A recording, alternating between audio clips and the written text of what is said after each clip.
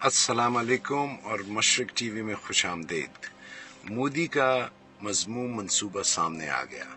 ہندوستان کی intelligence service کا ایک اعلیٰ افسر ہندوستانی وزیر اعظم نریندر مودی کے وائٹ ہاؤس کے سرکاری دورے کے عین درمیان ایک ہٹ ٹیم کو حتمی ہدایت جاری کر رہا ہے۔ اس کا مشن امریکی سرزمین پر رہنے والے مودی کے سب سے زیادہ آواز والے نقادوں میں ایک کو قتل کرنا ہے۔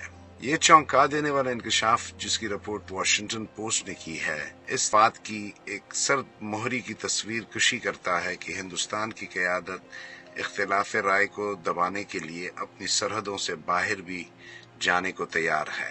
شاہانہ سرکاری دورے پر واپس آتے ہیں جہاں مودی وائٹ ہاؤس میں موجود تھے۔ وائٹ ہاؤس میں مودی کی تفریح کی جا رہی ہے اور ایسا لگتا ہے کہ سب ٹھیک ہے۔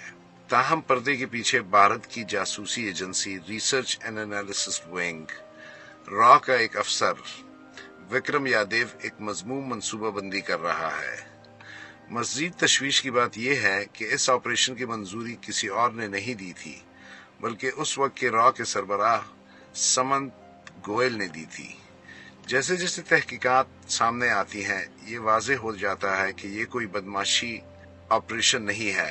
را کے اعلیٰ عہدیدار ملوث ہے جو مودی کے اندرونی حلقوں سے ممکنہ روابط بتاتے ہیں۔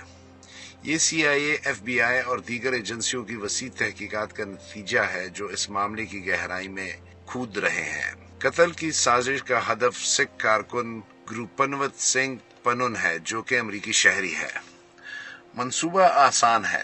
جیسے ہی ہٹ ٹیم پنن کے گھر ہونے کی تصدیق کر سکتی ہے وہ آگے بڑھ جاتے ہیں۔ میزبان ممالک کی خود مختاری کے لیے یہ ڈٹائی سے نظر انداز کرنا بیرون ملک سیاسی دشمنوں کو زیر کرنے کی ہندوستان کی کوششوں میں پریشان کن اضافے کی عکاسی کرتا ہے۔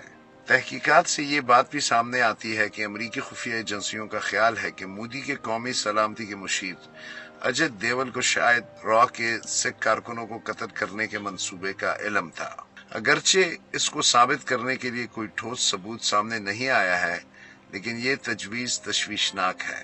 ان انکشافات نے مودی کی قیادت میں ہندوستان کی شبیہ پر سایہ ڈالا، یعنی ان کے لیے بہت بدنامی بنی۔ انہوں نے غیر ملکی سرزمین پر ہندوستان کی کارروائیوں کے ایک تاریک پہلو کا پردہ فاش کیا جو اختلاف رائے کو دبانے کے لیے سرحدوں کے پار ایجنٹوں کو تعینات کرنے کی خواہش کو ظاہر کرتے ہیں۔ یہ ایک واضح یاد دہانی ہے کہ سیاسی سازشیں کسی ملک کی سرحدوں سے کہیں زیادہ پھیل سکتی ہیں جس کے نتائج عالمی سطح پر گونج سکتے ہیں۔ یہ کہانی صرف ایک قتل کی سازش کی نہیں ہے لیکن دوسرے ممالک میں تحفظ حاصل کرنے والے اختلافی گروپوں کے خلاف جارحیت کا ایک نمونہ ہے۔